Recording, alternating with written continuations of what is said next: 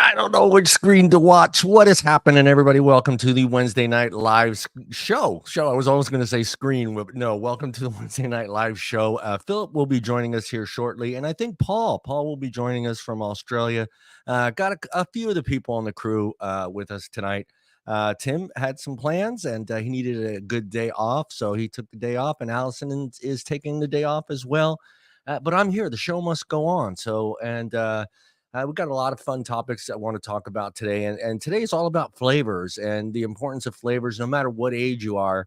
And I did a little digging. I went through a few websites that were actually, some were FDA approved sites, and some studies on flavors and the importance of flavors, no matter if you're an adolescent or an adult, and how flavors change as you get older, and taste buds and all this other stuff.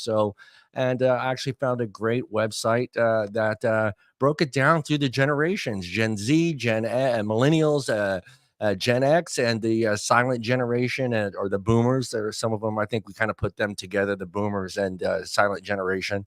But how our flavors and taste buds change as we get older, and how we look for more sweeter things and saltier stuff as we get older, and how important it is for a company to adjust for generations of individuals when it comes to trying to come up with a product that is going to satisfy a whole different generation of people. So flavors are just, that's the thing that really bothers me with the FDA, and their idea of what a flavor is complicated as well. I did some digging on the FDA page, and they get a lot of shit for flavors, and not just in our vape products, but as far as food products as well, because a lot of companies are lost. They don't understand the way they categorize flavors, and whether they're natural flavors, artificial flavors. Yeah, it's a whole lot of stuff that we're going to dig into today, and I thank God that Philip's going to be with me. Because this stuff is way over my head, scientific stuff. It's not that it's not above my head. It's just some of those words, I can't get those words out. So hopefully Philip can get some of those words out. But yeah, so that's what the show is about today. Philip should be joining us here shortly as well. It's Paul. But I'm going to say hello. Well, my week. Let me tell you how my week's going. It is fucking hot here. We had 104 yesterday, 104 today. I had turned my air conditioner on for the first time, and it's miserable. I don't even want to go outside. I thank God that I sleep most of the day because I work nights. So I don't have to really turn on the air conditioner because my house stays pretty cool. 72, I'm comfortable. So let me say hello to everybody out there in chat. Who is out there? Mallory's always out there. Chris, hello, Chris. Dave's out there. Steve, Troutman. I can't do them like Tim, guys. I can't. I can't, roll those R's and all that other stuff. I have Rifleman is out there. Hello, Rifleman. Michael Redfern is out there as well. And one of my favorite YouTube names now, Microwave Oven. Microwave Oven. I love that name. Very creative. Brilliant. And Peggy from East Source is out there as well. So thank you guys always for joining the show. I hopefully Phil gets here soon, but if not, I can do this show. I started this show by myself, so and then Tim came in, so we can do this today. So right now in the chat, I want everybody in chat right now. I don't know if everybody drinks soda, but how important is your drink choice, and why do you choose that drink? Whether you choose to drink cherry Diet Coke or cherry Coke or Dr. Pepper, I want to know what flavored sodas you drink. Put them in the chat there. I'm kind of curious to see that. And the reason I say that is because I think for all of us, no matter what age we are, uh, flavors are important. It's whether or not we eat something or we drink something. If we don't like the way that flavor tastes in our mouth, we don't drink it. We don't eat it. So let me know in the chat there.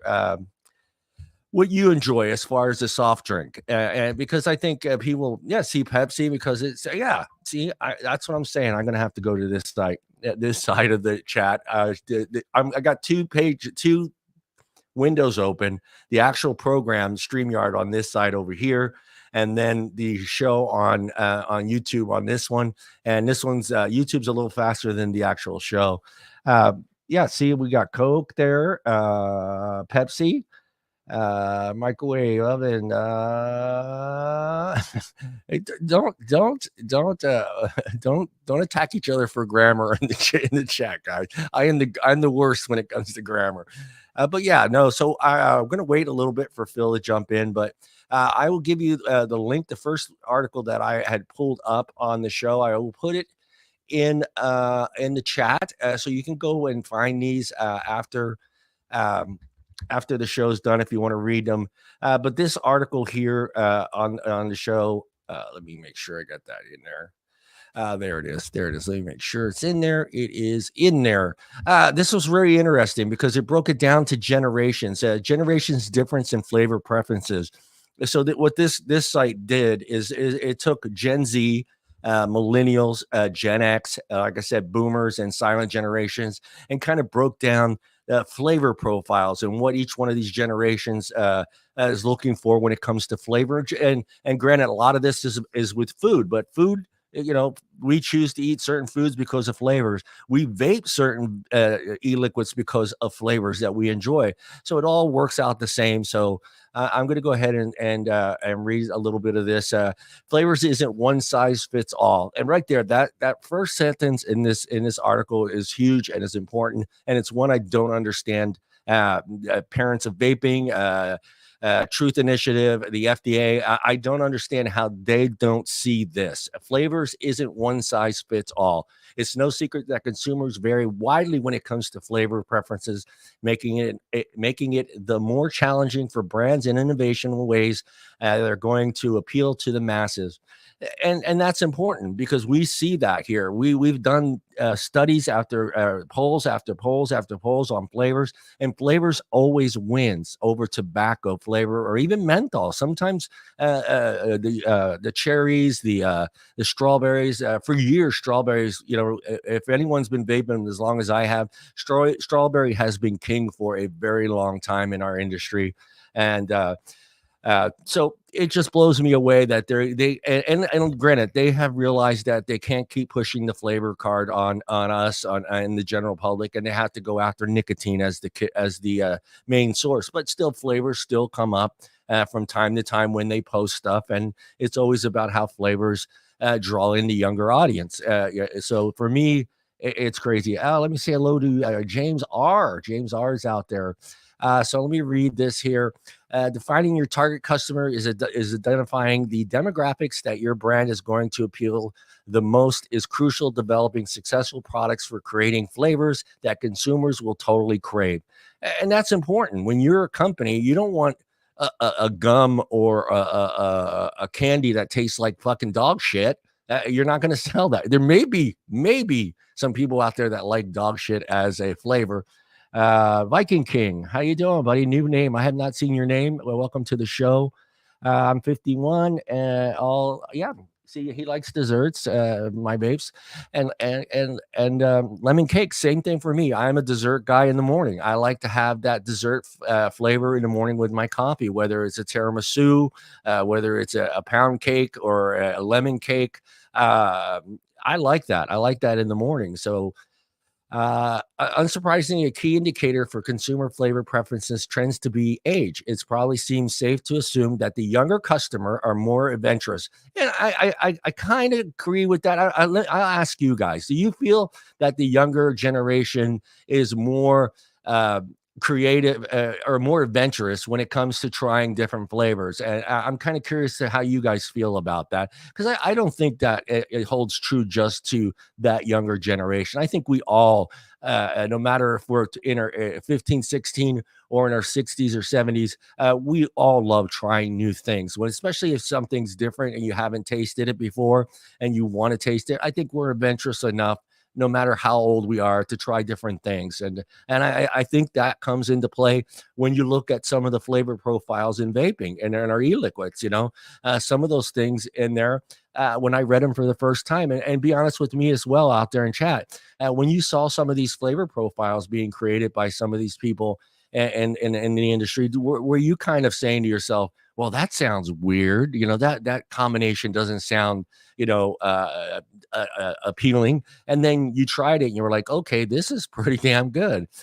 So yeah, I mean, to me, that adventurous and the younger generation willing to try different things is higher than, say, the older generation. I think that's eh, I would be surprised if I would think it would be 50-50. It doesn't make much sense to me that they just group one generation of people loving trying new things. I think we all love to try new things when it comes to our food, our drinks, and our vapes. So I'm going to read what they have here. It says, what is each generation craving?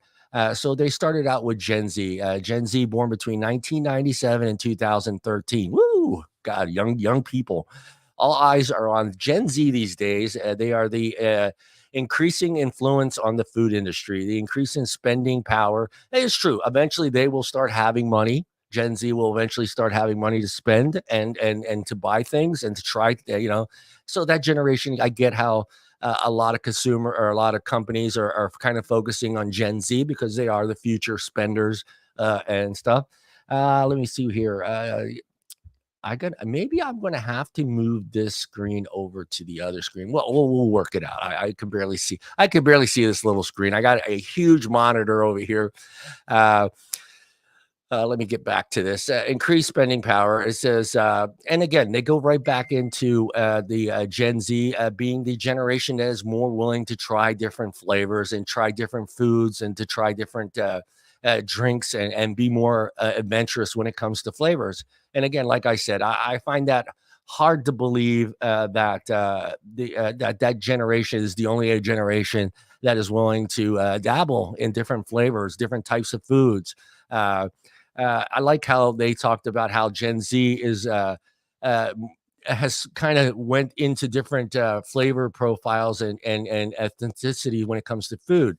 So, like, I guess they're saying Gen Z is more into Indian cuisine, which I think is I have never tried. I'm trying to think. I mean, has anybody in chat tried Indian cuisine? I can't. I think I have tried a few of it. Very spicy, different kinds of herbs and spices in it that I kind of didn't kind of enjoy in my food. But they talk about how Gen Z is more into Indian cuisine and trying different foods from different regions of the world. So, but again, I think again, I think we all are. I think we're all that creative. See, Dave loves some Indian food. I want to say I've tried it. I can't remember what I've eaten. And maybe I'm wrong, but Dave, is a lot of curry, right? In Indian food. And I think that's the one thing I think I can't handle as taste bud wise. Hey, Janine, good to see you. Can't give you your nickname that Tim has associated to you. Skinny dress something. I can't remember the whole thing. But yeah, they talk about how Gen Z is more interested in specifics behind food products, with more of a variety and trying different foods from all around the world. And again, like I said, I don't think that holds true. I think we're all creative when it comes to eating our food. I think we all want to try different things and sample different foods and just see the differences.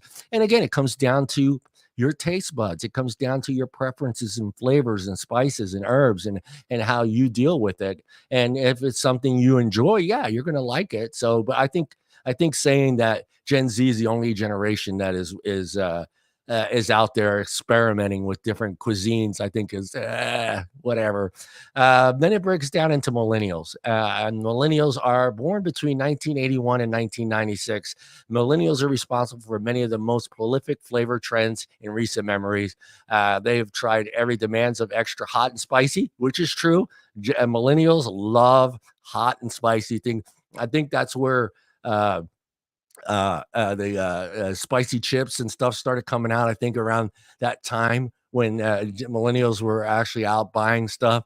Because I've noticed a lot of millennials always eating spicy chips, man, and I cannot eat that stuff. There's no way I can eat that stuff. Now, now you're craving Euro. I'm sorry. Me too. Now that you said it, Steve, I want one. And you know how hard it is to find those here in Modesto, California? Almost impossible. I think there's one Greek restaurant here somewhere that I may be able to find it. Here in Modesto, the Central Valley, we have taco trucks everywhere. Wherever you turn, there is a taco truck. So I'm craving a taco at 2 a.m, there is a taco truck open somewhere in Modesto that I can go get tacos. uh, let me get back to millennials. Millennials, this generation is all about using flavors as an experience, and I get that because I think we all are. I mean, tell me, is there certain foods, you guys out there in chat, is there certain foods that when you eat, just open up memories and feelings and in your past? There are certain foods that I eat that when I eat these certain foods, it brings me back to my childhood, you know, especially if it's spaghetti and meatballs and it tastes like my mom's spaghetti and meatballs. My mind goes back to Sunday dinner, you know. So I'm kind of curious, is there foods that you guys eat that brings you back, you know, like you taste this food and no matter where you're at, it brings you back to a certain place in time. Uh, so let me know in the chat. Let's see. Let me finish this. Yeah, they millennials were experimental. They've been through multiple recessions and global crisis. Oh yeah, I think they always forget that Gen X has been through a lot of global crisis and recessions as well. So it's not like they're the only generation that has suffered through recession and global crisis. I think Gen X has been through plenty of wars to understand. Uh, Janine, what Janine says, and Italian, of course, of course. Hey, it's un Italiano. I'm Italian. I'm Italian through and through. Yeah, Texas. Yes. Oh God, maybe this was a bad topic to have today on flavors and bringing up food because you guys are. I'm reading the chat and I'm getting so freaking hungry right now. And a brisket right now, Texas brisket right now would just be perfect at 104-degree temperature outside.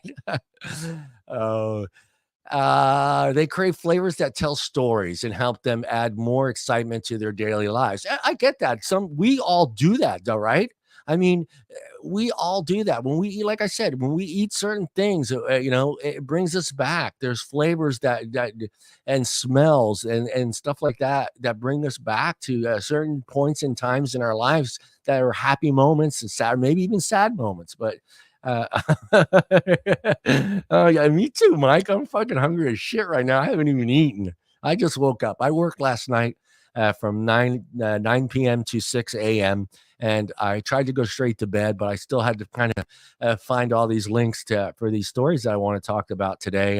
And you know, just you know, it kind of it pissed me off is because it's summertime, right, guys? Everybody knows it's summertime, and when summertime comes out, a lot of the alcohol companies like to bring out their alcohol in certain different looks, and a lot of times it's popsicles, it's ice cream, it's you name it. And just seeing some of the advertisements for some of the alcohol companies and seeing what they're getting away with just kind of really pisses me off.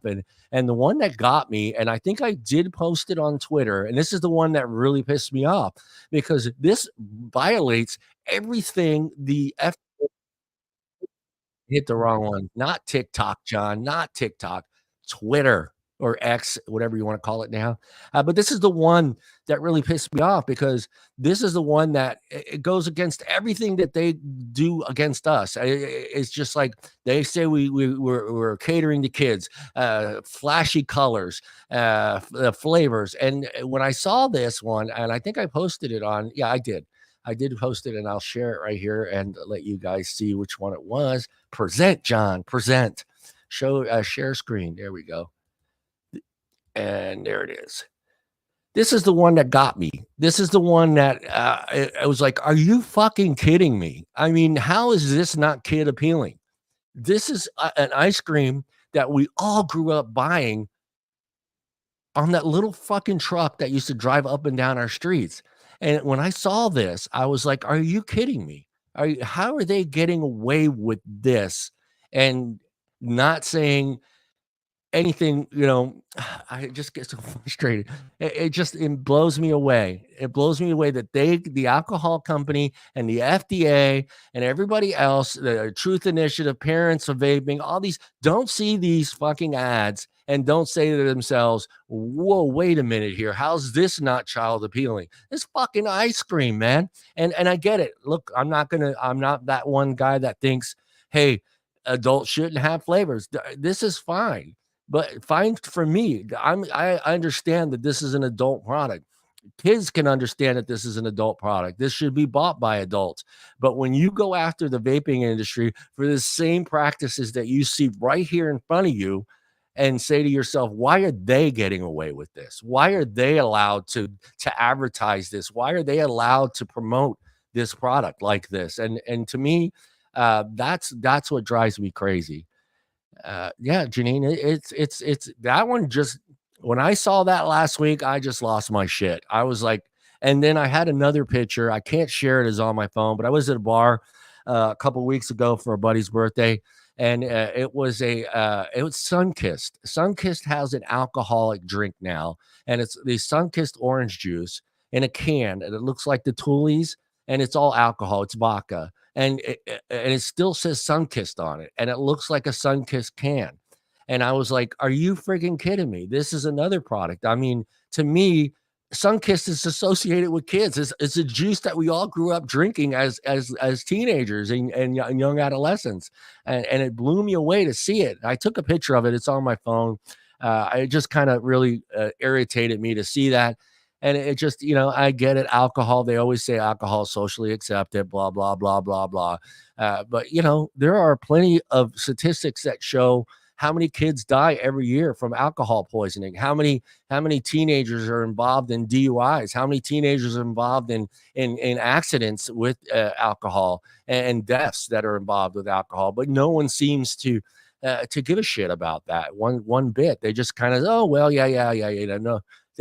We don't need to deal, but let's go after vaping. Let's make them suffer, and let's take this product and destroy it and take it away. Take a harm reduction product that is working for millions and millions of people worldwide, and let's make it even more difficult throughout the years to acquire it.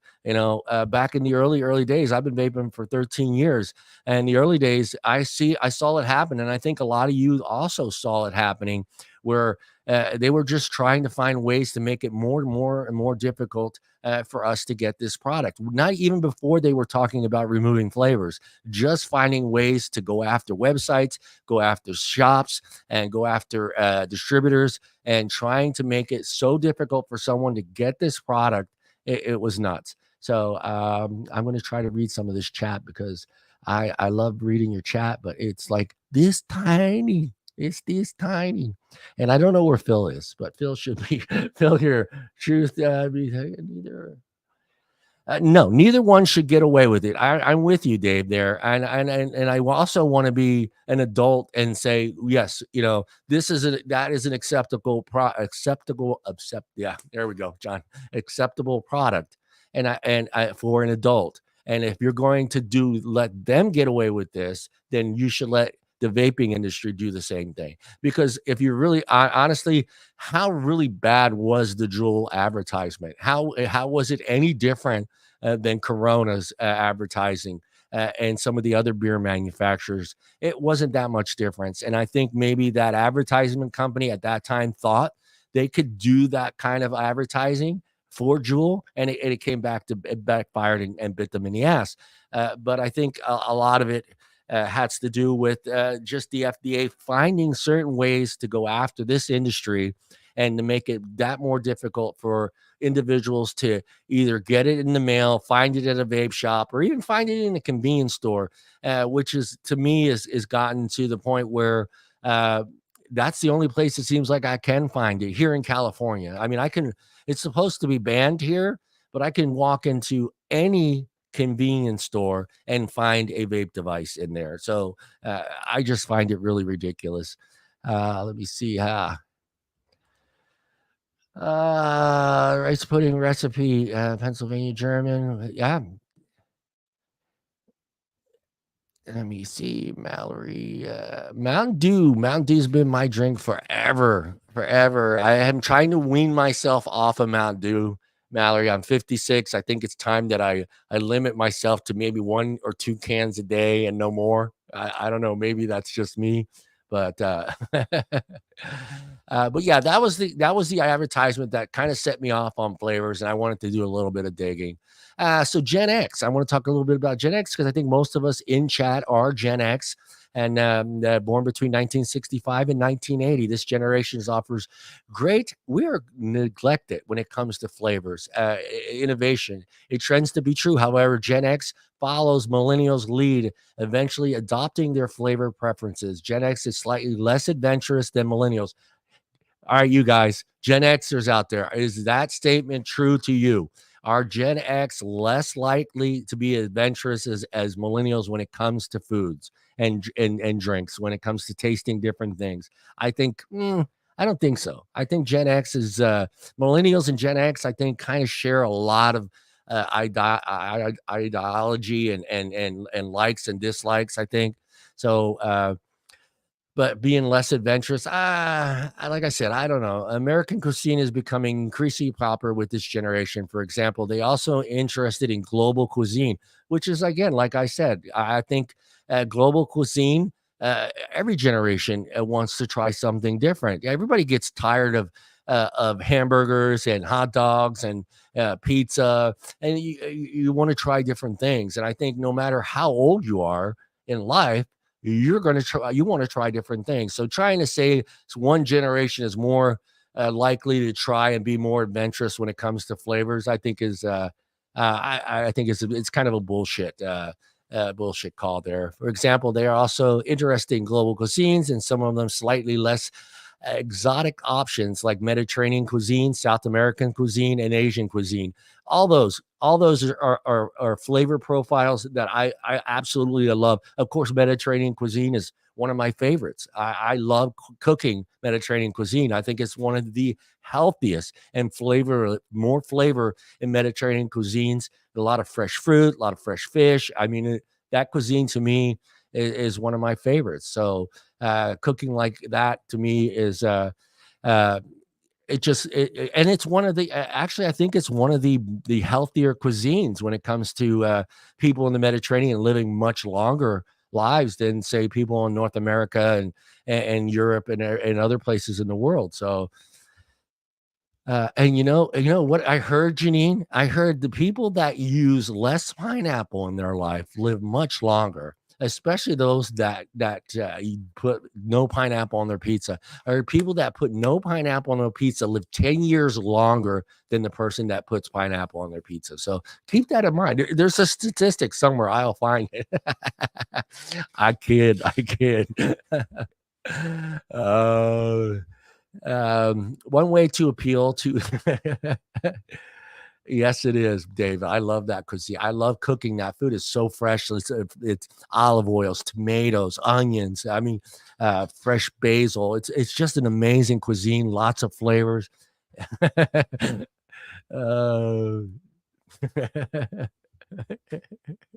there. Yes. Thank you, microwave. Yeah, baby. I love it. That's where all that mustard gas is coming from. It's coming from Canada and it's working its way down. uh, Gen X may stay in their comfort zone a bit longer than millennials, but something that has gotten them excited to see now new takes on similar flavors. One way to appeal to Gen X consumers is to offer an unexpected spin on a flavor that they grew up on. See, right there, that statement right there is exactly what the vape industry was doing. Because if somebody can find these numbers, because I tried for like 3 days to try to find an accurate number of even just in the US of the average age of a vapor. And most of the studies that I found only date back to 2021, and it had a breakdown of which generation is actually vaping. And so I'm kind of curious to that, because that one statement right there, it makes absolute sense for my generation. We love nostalgia. And so it's like when you come up with a flavor that brings us back to our childhood, our teenage years, and that's going to appeal to us. And I get why the vape manufacturers and the distributors went that way, because I think that Gen X is that generation that is vaping more than, say, some, maybe the millennials. Maybe the millennials are vaping a little bit more than Gen X, but I think Gen X is a pretty high number when it comes to the age of vapors in our industry. And I think reading that one statement right there, it makes absolute sense. One way to appeal to Gen X consumers is to offer unexpected spins on flavors that they grew up with. New spins on confirmed foods like barbecue, grilled cheese, fried chicken are sure to catch the generation's attention. Again, that's food. But again, the old icy pops, the orange pop-ups. What are some of the other Gen X flavors that popped up during the last 12 years that was solely about root beer? That was solely about what we grew up on, and they understood that generation. And granted, that our Gen X is more likely to have more spending dollars, actual more money to spend on things than, say, millennials do. So again, cater to the generation that has the money and has the ability to buy your product. And the one way to cater to that generation is to come up with these flavors that we enjoyed as teenagers. It's not just about they're doing this to bring in the younger generation. The younger generations may have never had an orange pop up, may have never eaten an ice cream that came out of a fucking toilet paper roll. I mean, what are the odds, so yeah, so it makes sense to me when I did see all that stuff coming out with the generations of vapors. And I figure that I may be wrong. I mean, what do you guys think? Do you think millennials may be the top vapors when it comes to consumers in our industry? Do you think they're the higher number than the Gen X and the boomers? Boomers are hard. I have tried to switch a few boomers over, and it's been very difficult because a lot of the boomers are pretty set on their ways, and they figure, hey, I've already been smoking for 60 years. Why change now? So it's very difficult to get a boomer to switch, especially with, like, oh my God, all this technology. You have to fill this, you have to do this, you have to go buy coils, when they can just walk into any store, buy a pack of cigarettes, and go on their way. Yeah, they do still sell those. I know. I see them. But look, Michael, when that ice cream truck comes by, and I had 9 grandkids, and when that ice cream truck comes by and they're here and they start picking out their ice cream, they don't pick those things. They don't pick those. They want the Ninja Turtle ice cream. They want the new and exciting different flavors. They like a lot of the Mexican ice cream, my grandkids. So they're not into the old orange pops or the red, white, and blue popsicles, and they don't want that. They want these new exotic flavors that are coming from ice creams that are coming from Mexico and all around the world. So, I think that was millennials. So I think that was the millennial gen. I could be wrong, but I think that was the millennial generation that was popping the Tide Pods. Yeah, I don't know. I mean, I'm not going to pretend like, let's not pretend like we didn't do some crazy shit. I witnessed a lot of crazy shit as a Gen Xer growing up, and people trying to find different ways to get high. And I thank God I stayed away from a lot of that. But there was some weird shit that was going on back in the 80s. For people that were trying to, huffing was big in the 80s. So I never got into that. I never wanted to do any of that. It's just these teenagers, and no matter what generation they are, they want to experiment. They want to try different things. And no matter how many rules and laws and regulations that are out there, they're always going to find a way to do something, or they'll find an alternative to get to that high or to get that feeling. So for me, it's nonsense how they say one generation is different than the other. No, they all have their little ways. Maybe a little different today because I didn't have Snapchat. I didn't have Instagram. You know, if I wanted to get some weed back in the 80s, I had to find a guy, you know, and finding that guy was difficult in the 80s because that guy didn't want to be found. So you had to know somebody that knew somebody that knew another person that knew that person. So it wasn't like, hey, I could walk up and down the street and find a guy that's going to sell me weed. So it's difficult. It's difficult. Oh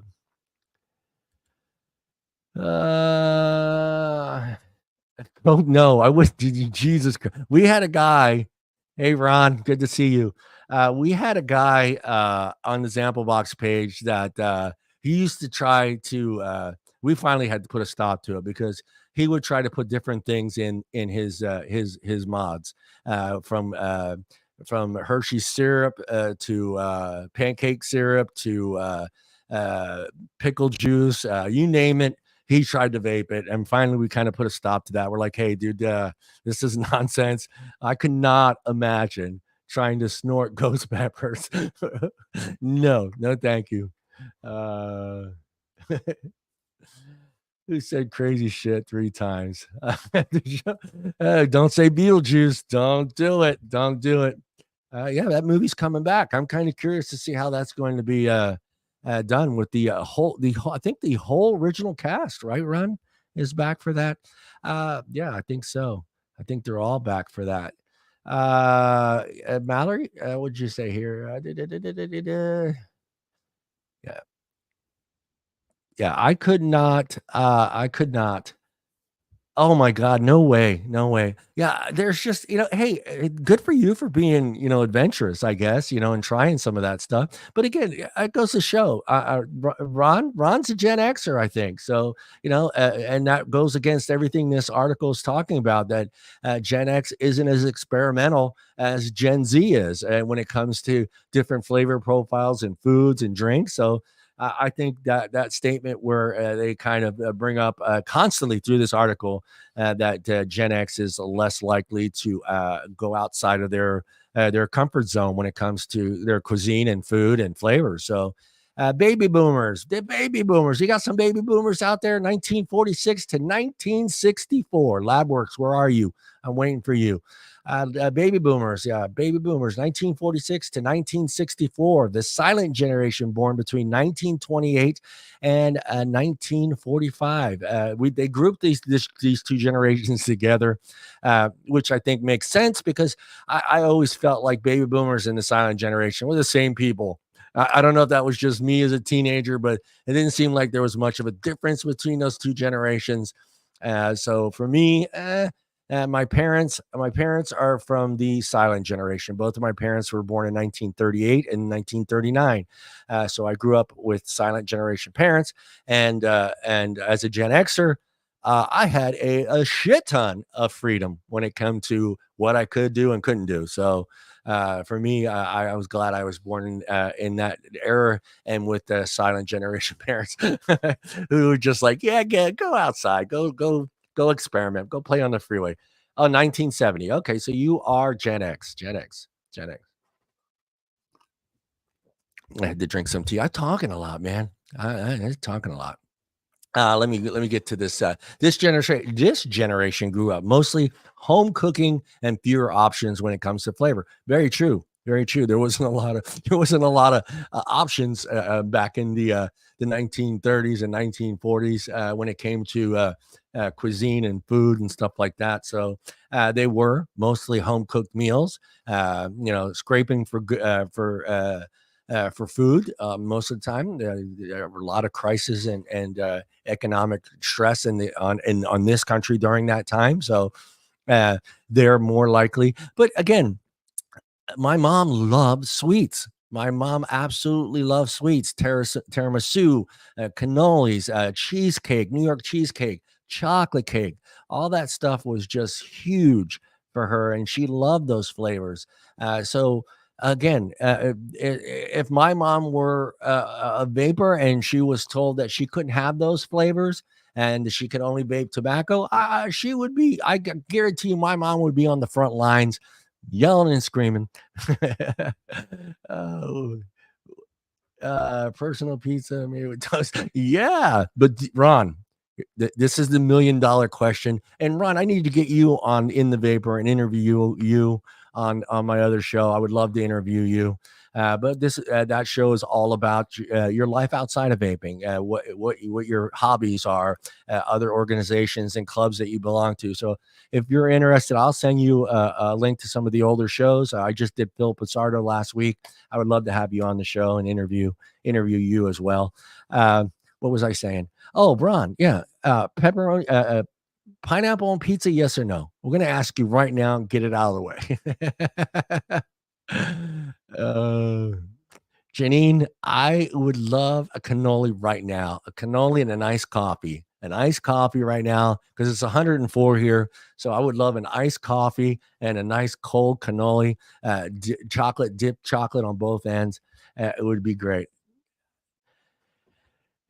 No, it doesn't matter. You're still, you're still part of the, you've been part of the industry. I've seen your interviews. So I would love to do that with you. So I will send you a link. Maybe, I think I might even have an opening. Yes. Oh no. Yeah. You just moved into the Janine category, the Canadian category. Oh, no. Well, yeah. So I don't want to get into the pineapple debate. Man. Yeah, there's but yeah, let me get back to the boomers. And again, when it comes to flavors and flavor profiles, I think it doesn't change. Saying one flavor attracts one other generation more than the other, I think is bullshit. I think flavors are on everybody's palate. I mean, everybody loves flavors. We don't go to our favorite restaurant because the food tastes like shit. We go to our favorite restaurant because we know the food tastes amazing. We eat certain ice creams because we love those flavors. We drink certain drinks because we love those flavors. And for the FDA to use flavors as their staple to destroy and to make this industry disappear is nonsense. When you have alcohol companies advertising ice creams made with tequila and vodka and cans of alcohol that look like Sunny D. Give me a fucking break. How's that not child appealing? Why does the alcohol industry get away with that type of advertisement? And again, we talked about that in the beginning of this article. It's about companies looking at their statistics and seeing what generation is buying their stuff and then catering to that generation. So every company does this. It's smart business, and it's business that has been going on for hundreds of years. You cater to the people that are buying your product, and when you find out what age group that category is in, you cater to that group. So if that group is us, Gen X, of course, that's what you see with those ice cream pops, with the hard iced tea, whatever's in that stuff. And that's who they're catering to. Are they catering to a younger generation? No, but is it still flashy and flavors and just nonsense that we get in trouble for? Yeah, it's bullshit. So that's what pisses me off the most. Pineapple. I think at this point in time, I am going to give up on Phil not being on the show. and so I'm going to write Phil off. And I called him Phil because he didn't show up. I'm not going to call him Philip until he gets here. So I'm curious for you guys. I mean, when it comes to deciding what ice cream you eat, it's the same thing, right? You're picking the flavors that you enjoy, and when it comes to your drinks, you're picking the flavors that you enjoy. Are you out there, Greg? Greg's on the road. Hey, Gregory. Uh, are you adventurous when it comes to your food, when it comes to flavors? I'm curious for you guys in the chat too, as well. You know, let me know in the chat. Are you adventurous when it comes to trying different foods and different flavors and spices and stuff like that? Are you, do you go outside your comfort zone to try different things? And I'm kind of curious how it goes on there. So Broadman definitely.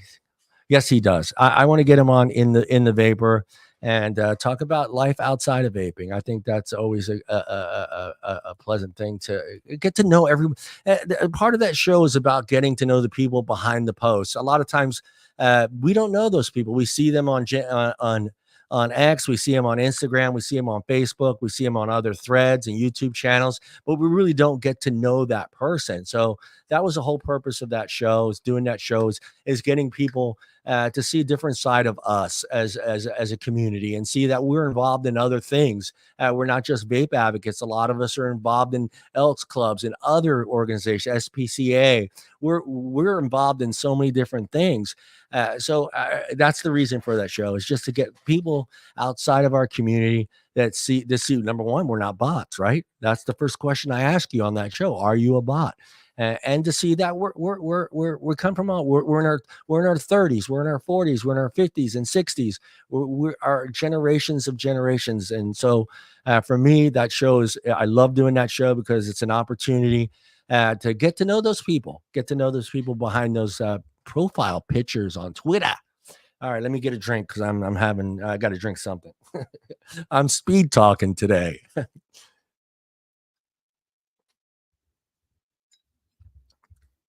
And look who's here, Mr. Paul. Everybody say hello to Paul. Everybody say hello to Paul. Hey, people. Are you good? Yeah, I'm not bad. All right, that's good. Yeah, moved into my new place now. Yeah. Did you shave? Did I what? Did you shave? No. No. Nope. I need to ask you, Paul, because we're the same age, and you got some great genes, but are you dying that? No, not at all. God damn, I hate you now. I hate you. I hate you. I hate you. I hate you. Mine is so gray. No, not at all. I've got a few gray hairs, but yeah, very few. That's it. Well, yeah, you don't have 9 grandkids. I think maybe that's yeah. I think that's where my gray hair comes from, is the 9 grandkids. Well. Rod Cochran, how are you, dickhead? Haven't seen you for a while. Well, let me ask you: has the flavor issue still a big thing in Australia as their fight, or has it gone to that next level where they're attacking nicotine now as the culprit, not so much as the flavoring? They're actually doing both, but both, they're but now they're classifying anything with a flavor as the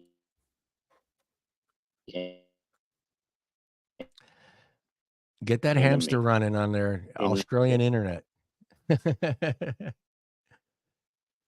Sausage, onions, peppers, and mushrooms. Oh my God. Are you trying to kill me, Rifleman? Dude, that's my go-to meal. Rifleman, that is my go-to meal. Sausage, onions, peppers, and mushrooms. And that's not even on a pizza. That's just fried in a pan with a loaf of bread and some cheese. Right, Paul? That works. But yep. No, here, anything with a flavor, they're deeming it like just now. So they're trying to cut it back to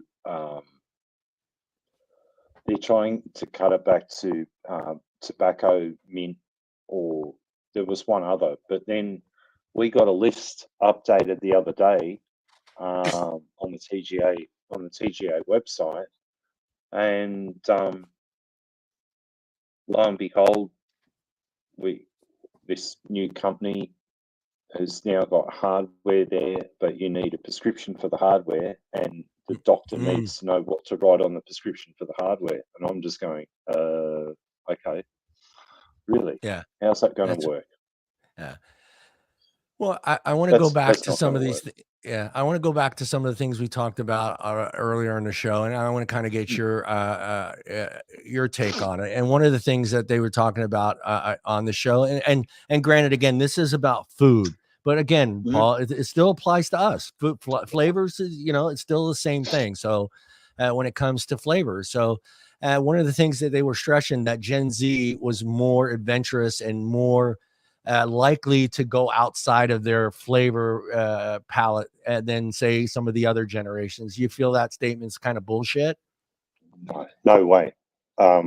You look at our generation, and like culinary, from a culinary perspective, our generation has embraced the different flavors from around the world and the different cultures. What they're saying, okay, for argument's sake, for argument's sake, what if we didn't have sashimi? Gen Z would never have gone down that rabbit hole. Okay, that's a very good one. Gen Z didn't know the trials and tribulations of early French cookery. And then they talked about okay. You're cutting in and out, Paul. Quit moving around. It's your internet. Move closer to the router. Yeah, I'll fix it. Oh no, that's not an easy task in this house. Yeah, no, I know. Yeah, I might have to switch the internet. Get the hamster running, or the kangaroo running on the wheel for the internet there in Australia. I've got better than that. No, I've got better than that. Foster's Australian for beer. Don't start that crap. Man. Don't start that, John. Where is it? All right. If I drop out, I'll be right back. All right. I've got an idea. Yeah, you do that. I wanted to get into the second article. What is taste, and why is it important in our food products? Pretty fucking stupid question. Why is flavors important in our food products? I mean, it's obvious why they're important to us, and why companies, like I said in the beginning, if you make a certain product that you sell at a grocery store, the first thing you're going to do is find out what generation or what age group is buying your product, and you're going to try to cater to that generation. Yeah, you're going to try to bring in a newer generation as well, but you're always going to take care of that other generation that is buying your stuff. So here, I'll read this. You are enjoying the first mouthful of an English breakfast, and I love English breakfast, man.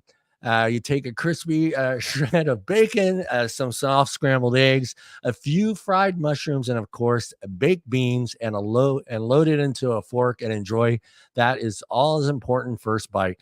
And this article is about why do we taste, and you know what happens in when we taste certain foods. And I talked a little bit about it in the beginning of the show, and how flavors can bring you back to a point in time in your life that because you eaten that, it takes you back. Like for me, there's like mint and chip. When I eat mint and chip ice cream, it takes me back to South Philly and having that guy scoop that mint and chip out of that little ice cream stand, out on the street in South Philly. So that's, I think, is what kind of pisses me off when I start talking about the FDA and trying to use flavors as one of their as one of their strongholds on trying to get rid of vaping, and saying that it's appealing to younger generations. And it's like, well, wait a minute. I have taste buds. Paul, you have taste buds, right? We all have taste buds. We all enjoy certain flavors and certain things in our lives. So it's important that companies cater to those individuals when it comes to flavors. And Paul, you remember in the early days, there wasn't a lot of choice. It was strawberry and lemon, strawberry and this, and strawberry and that. And, there was maybe 100 different strawberry variations. And then all of a sudden we started seeing lychee, we started seeing licorice, we started seeing pomegranate fruit, we started seeing cantaloupes, watermelon. We started seeing all these different flavors come into play. And I think that was one of the key things that really set off vaping and made it so appealing to people as their THR source, and how it was working for people. I mean, don't you think so too? I mean, that boom of flavors, I think, was also right along with the boom of vaping.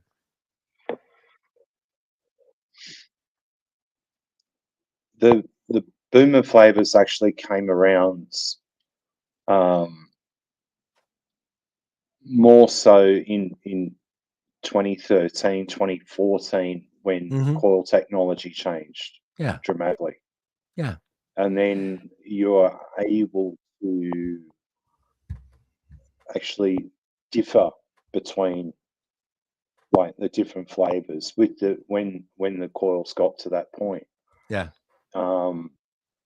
But you're not clutching at straws. You're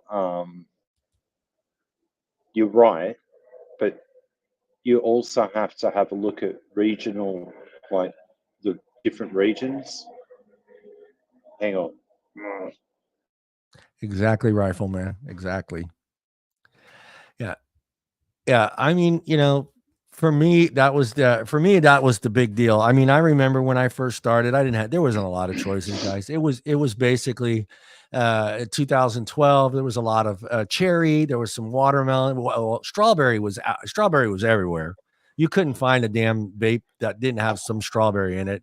And then you're right, Paul. I want to say between 2014 and 2018, you started seeing companies start to really start playing around with flavors and started adding some different profiles and putting different flavors together. And I think that was the surge. You can blame myself and a group of mixers from in and around our region for specifically for lychee, for dragon fruit, the different kiwi, the different types of mangoes, right? Yeah. We were always on the hunt for different mangoes back then. The other thing that I was always on the hunt for was like ultra high quality kiwi fruit, right? That was because one of my all day vapes is like a kiwi strawberry lemonade, and I've vaped that ever since day one. The other one that I used to do was a watermelon lemonade, and watermelon was another one to try and get 100% right. Yeah. Yeah, I mean, it was amazing. It was amazing, and then just to see the introduction of the desserts started coming in. You started seeing peanut butter, you started seeing cookies, chocolate chip cookies, you started seeing cannolis, you started seeing all these different dessert flavor profiles start to become a thing, and it wasn't just about fruit anymore. Hang on. What, Janine? Are you talking about this? The 5 pounds.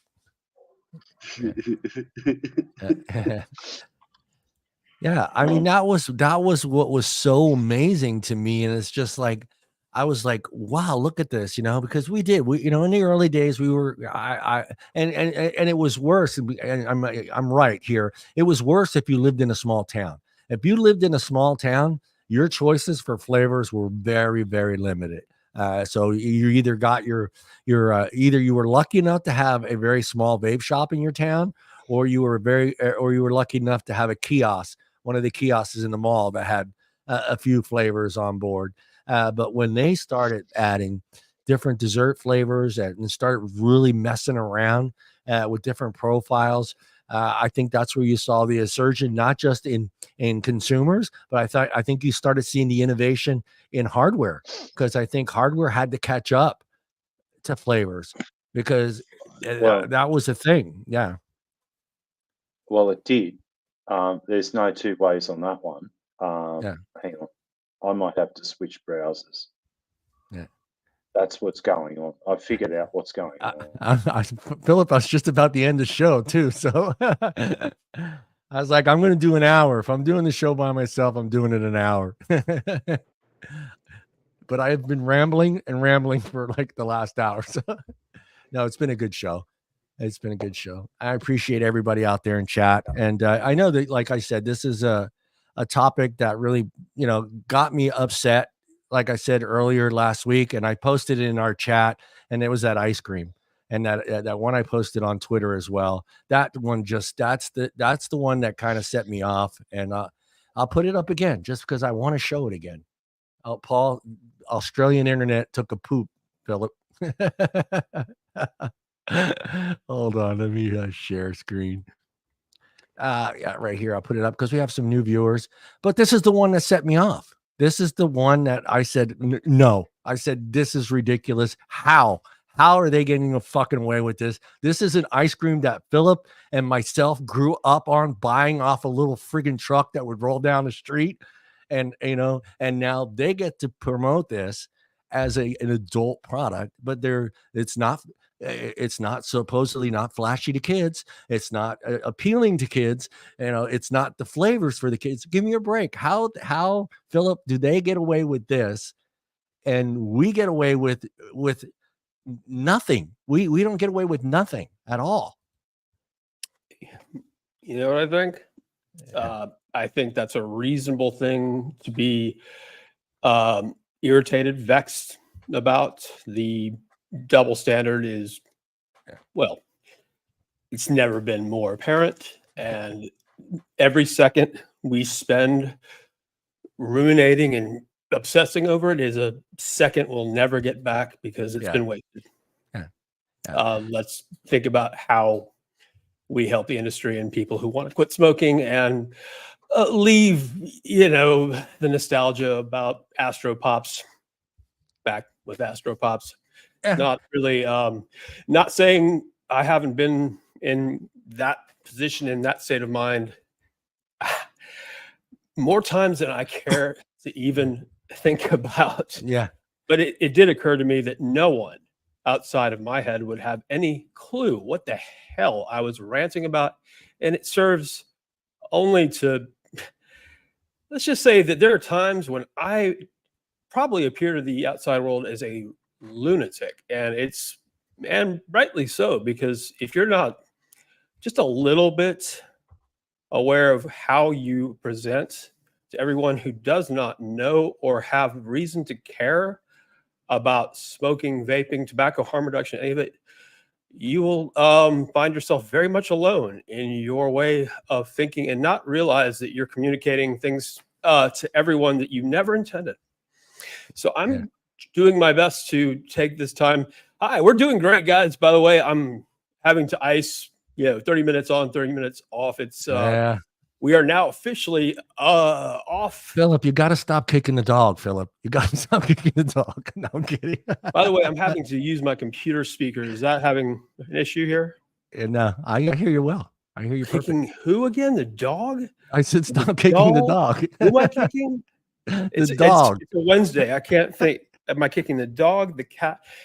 Which one did you hurt yourself? It's Wednesday, so I'm kicking my own ass. That sounds about right. No, I'm joking that you hurt your leg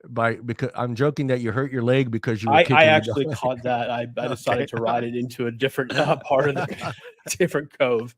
But no, we're doing great there. But John, you remind me so much of myself sometimes, and you're so beautifully unedited, and I love you for that. I don't want to be edited.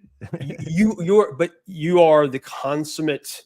You're the only person. I could never host this show the way that you do, because you have that extraordinary ability to say whatever is on your mind that is relevant, and also listen to all that is said to you, whether or not it makes any difference to you, or it's extraordinary. And I have the advantage of listening and picking and thinking about what it is I want to contribute, which is not fair to you. And I don't think we say enough about what a truly gifted show that you have. I mean, your abilities and what you do for this podcast and this program is extraordinary. Yeah, and I want to say that again. I think that we have a lot of grievances. A lot of them are legitimate, and about 95% of them will not make any difference, no matter how long we air them and what manner they're aired. And I wish it wasn't that way, but we really do need to keep our eyes on that ball. And it's not easy. As a matter of fact, it's painful. The problem is, this is how I look at it, Philip. And the problem is number one, there's only two things that they go after us on. Let's be honest. There are only two factors that they go after us, and that's flavors and nicotine. So not talking and not arguing about those two things is nonsense to me. So if you're not talking about the two most important things that are used daily to destroy this industry, you're wasting your time. That's how I look at it, because what other forms of arguments do they have against us other than those two things? Flavors. Mostly I'm talking nicotine. about taking care of our own mental health and not others, giving others the misconception that we have inherent mental health challenges. I know. If you spend as long as you and I actually missed my 14th year of officially not smoking, or rather the day I was first introduced to vaping. That's what I count. It was 14 months from April 16th, 2010. My brother's birthday. That I had my first little ego tea with Boba's Bounty and 30 whatever milligrams or 24 milligrams.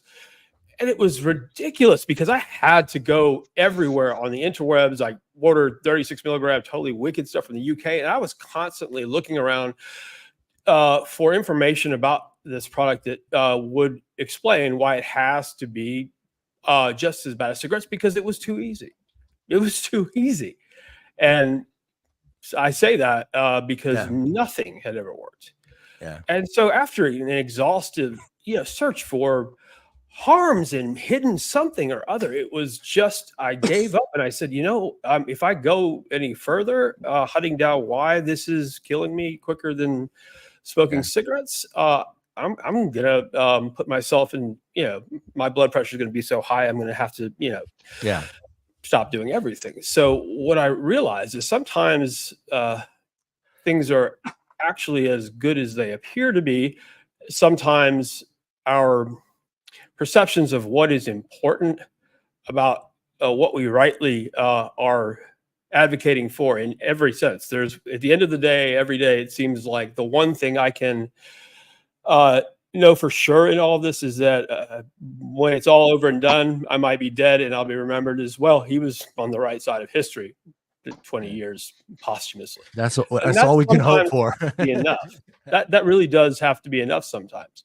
And neither one of us isn't Julius Caesar or Alexander the Great. None of us, but we hope. It's taken 30 years to get me on that whole possibility. I'll get back to you. You get back to me. Well, you got at least 40, 50 years left, so you're good to go. You're good to go. I plan on surpassing everyone's expectations. You're going to be the last one on earth. Yeah, I don't do all this for nothing. Philip will be walking with the Messiah. Philip will be walking with the Messiah on earth. Just him and the Messiah, just walking around, vaping. He's just out of frame. He's just out of frame. Well, let me ask you a couple questions that I came up on this article that I was reading through, and one of them was I told Paul, and it made me think, like, why does this statement keep coming up? And it talks about how Gen Z is more likely to go outside their comfort zone when it comes to flavors. more so than millennials and Gen X. Do you feel that's a true statement?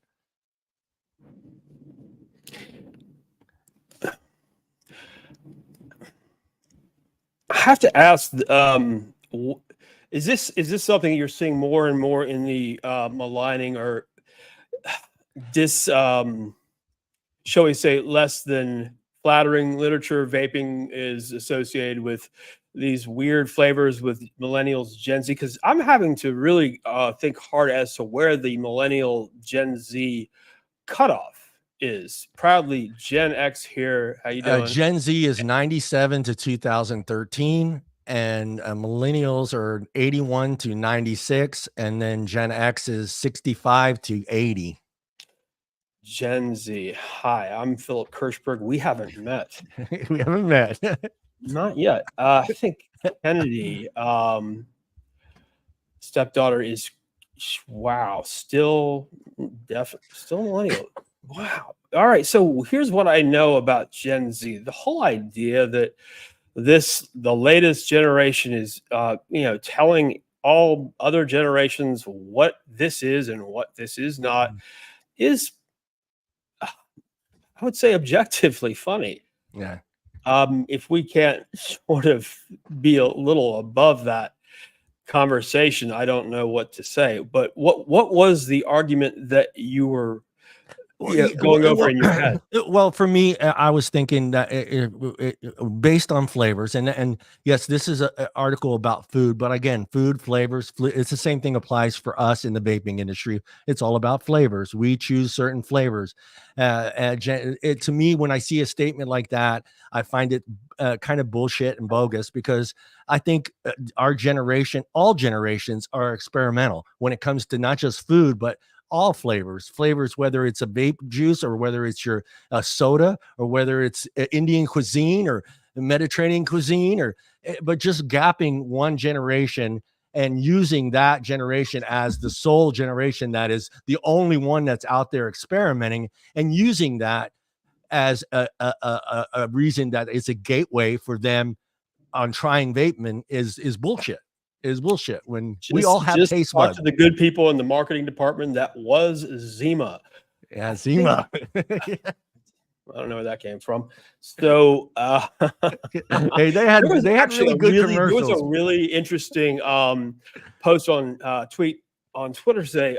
It's Ray Lehman, who is with the International Law and Economics Center. He lives in St. Petersburg, Florida.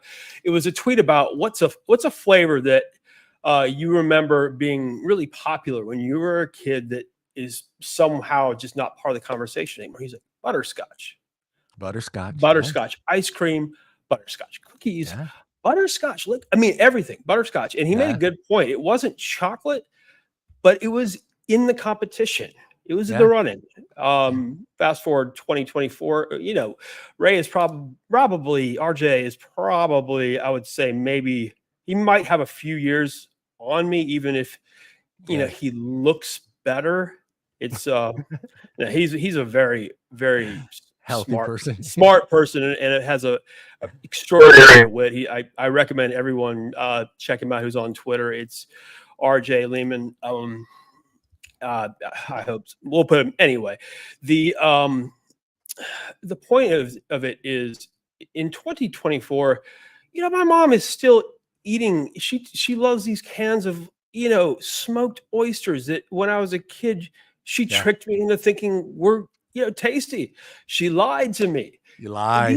These are all coming in 1,000 times a day at the speed of whatever 1 gigabit per second cable. It's obnoxious to try and keep up and define what it is at the moment you first see it. If you don't think about it and evaluate whether or not it's worth evaluating, well, you're gonna die trying to just. I applaud people who want to go through every possibly significant trend and just look at every one of them. But we've got to slow down, man, and just know when bullshit is bullshit. Well, bullshit is bullshit, man.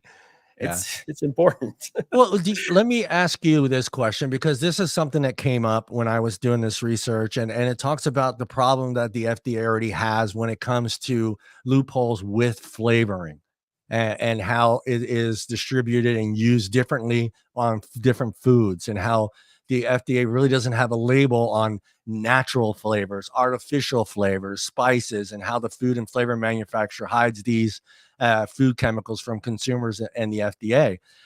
Is that something that maybe plays into this flavor thing as well with the FDA? I think it's safe to say that whatever has played a factor in terms of flavors with the FDA on a Tuesday is not guaranteed to play a factor on Wednesday. Yeah. And that's the one thing we do know. I have taken a cursory look at the latest petition. I do not know what court, but it's hilarious. It reads something along the lines of, well, this government agency said this at 3 o'clock on Thursday, and at 8 a.m. on Friday, they issued a proclamation of that and decided to ban everything that they said they wouldn't. And well, we'd kind of like to know why. And we've been asking for, I don't know how many years now, but we feel like we're entitled to an answer. Yeah. And it would be the greatest joke of all time if it wasn't heartbreaking. Yeah. Well, let me read this one thing here. It says, one thing all spices and flavors have in common is that the food companies do not actually have to tell the consumers which of these substances they have added to the food or beverages. Almost all food ingredients must be specifically identified by name, and ingredients list found on food packages. However, the federal regulations allow food industries to use various catchphrases, terms, and artificial flavors, natural flavors, and spices instead of identifying each individual flavor substance by name. When I read that and I think of the PMTAs and how our PMTAs are broken down and how they have to show every single damn thing in it, and I read this statement, how other companies are getting away with it, kind of pisses me off too. You mean companies that are not food manufacturing that make a product that is not currently falls under any regulatory definition? Yeah, and they don't have to list natural remedies, homeopathic, whatever. Well, that's it's an interesting point. Those products are evading regulation, but they're also not getting any stamp of approval or even legitimacy from the most powerful regulatory agency arguably in the world. And it's not to say that the FDA, especially the Center for Tobacco Products, isn't in need of every kind of reform. But if your product is just out there, hey, it cure for cancer, treats I don't know, venereal warts, whatever. I don't care. What is extremely important to remember about that is that product is out there in stores only for as long as people are willing to go ahead and take, for example, I mean, everything from, let's just say, remember when, what is that? Herbal sleep aid, is it melatonin? Yeah, I actually remember buying a bottle of melatonin infused. I used it for a little bit. Christ, I am melatonin sensitive. Yeah, it worked for me because I had funky things to me before it had a name. I had restless leg syndrome. And when I told my doctor what was going on back in the 80s, the real thing. He asked me if I was smoking dope. He goes, "Are you on drugs?" He goes, "I'm gonna have to talk to your mom. You're on drugs." And I'm like, "No, I'm trying to tell you, I can't keep my leg. Feels like it keeps moving. I can't sleep." And he's like, back then they had no name for it. And I remember one night watching 2 a.m. TV. And this restless leg syndrome commercial comes on, and I'm like, there. I said, there it is. I called Dr. Salavoctor. He was retired. He was retired. I still called him because I still had his phone number. I said, see, restless leg syndrome. What came first, the targeted infomercial or the syndrome? We will never know. We'll never know. But there are that stuff you worked. know, I was blessed to be part of one of the first large studies on the affliction that was known in, let me see, 1994 as fibromyalgia, whatever you want to call it. And it's, I mean, I wasn't anyone that would be anywhere near a study associated, but I think Alex Zaltra and other people that were in the neuroscience, behavioral and neuroscience lab at Arizona State University would be. And it was great. I got to learn everything there was ever to know about, entering data into SPSS and blah, blah, blah, which of course is completely obsolete now. But what I know is it's something, it's a thing. Running to define it, running to make sure that all the possible contributing factors that lead to this blah blah blah. You've got like I said, it all kind of comes back to what can we know? What are the boundaries of what's knowable? What do we need to know about, and what the fuck is worth knowing? Or being leery of. And there's for me, it's just again, there are so many things out there. Let's just say I've learned a lot about how much it means to be just mobile, just to be able to get up and move around, take a shower quickly without having to unwrap I don't know how many rotations of ACE bandage and gauze, and God knows, still had to do it. It's one of the reasons I wasn't here sooner. But just getting up and moving from one room and getting a bucket of ice and coming back to that room, this is an hour-long affair in this little shitty condo. So don't let them kid you, dude. It's an 8,000 square foot condo with 16 bedrooms and 32 bathrooms. I love this place. That's why I get to call it a shitty condo. I absolutely will never ever sell it. So what I really mean to say is just we have so many reasons. Just the average person who's out there bitching just needs to shut up and take a walk, touch grass, do something. If you are going to, if you have a microphone and you're using it to tell everyone what they need to be afraid of, I'm going to be afraid of that person. Well, for me, I'm going to be aware of that person, and I might just go ahead and turn that off. I mean, I've been told I live in fantasy land, and I get that. I've been told by a lot of people that. And is this another word for the state of California? No. It's just like my ideas and things that I feel should be just and right. And when people tell me I live in the fairy tale land, and I'm like, these are common things for me, and it just doesn't make sense that we have a harm reduction product that is working, like I said, for millions of people worldwide, and we don't have a voice, and we can never have a voice, and it really pisses me off. And I throw out ideas and I throw these things out there, and a lot of people always say, well, John, that's fairy tale land, that's just never going to happen, or this and I, we don't. And to me, it gets to the point like where it's like either shout as loud as you can nowadays, because no one else is fucking doing it. Everyone who has ever watched this show or listened to the podcast on Spotify would just take a moment and open a PayPal or a Venmo or whatever account and give $2 to CASA. Well, we're going to be doing that. Consumer advocates for safe smoking alternatives. I'm good. Did I get that right? I'm sorry. Yeah, I was on drugs 24 hours ago. Well, what I'm saying is, if you could give $2 to CASA, everyone who has ever seen us go back and forth in harmonious, just blissful, rhythmic, motion, that would help a lot of problems, and it would assist in a lot of noble struggles. Why are we not doing that?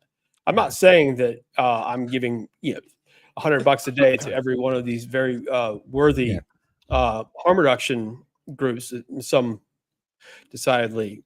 You got to look at the ones that are making others. change, and CASA is I'm not going to tell you what to do with your money. What I'm telling you to do is, if you can't spare a dime for the truly grassroots, and we're talking 100% nonprofit, absolutely fuck off from the dirt up.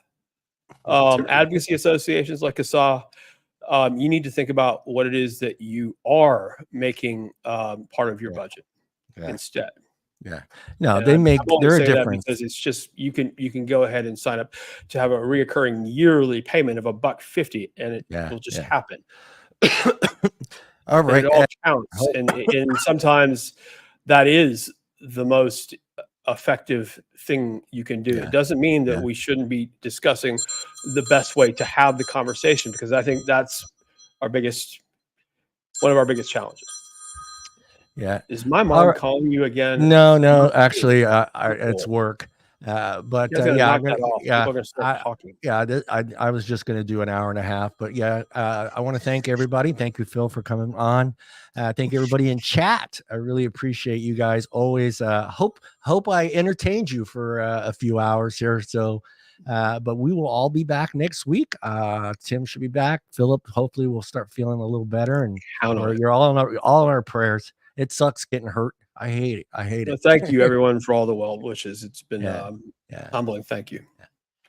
And like I said, Thursday, I'm not sure who I have on Thursday. I had a cancellation, but I'm going to try to get Ron on in the Vapor, and also Tony. Everybody remembers Tony from Pulse. He will be on hopefully here in a couple of weeks. The inventor of the Pulse Squonker and the Pulse RDA. Tony Britton. Do know of the Pulse. I was sick for a second. I thought you were talking about Brian Herb. Not Brian Herb. Yeah, Brian Herb. No, that's a good guy, but no, that's the top side. Top side. Well, and also, I don't know when, but I've spoken with Skip Murray, and she will be. We can't say which Wednesday, but she will be joining us again, and I will get after her about the when. ASAP. And Janine, love you out there. Thank you all. And but Skip, I'll be quick to let everyone know what that date is, and looking forward to it. All right, look into the camera and say goodbye, Philip. Bye, everybody. See you soon.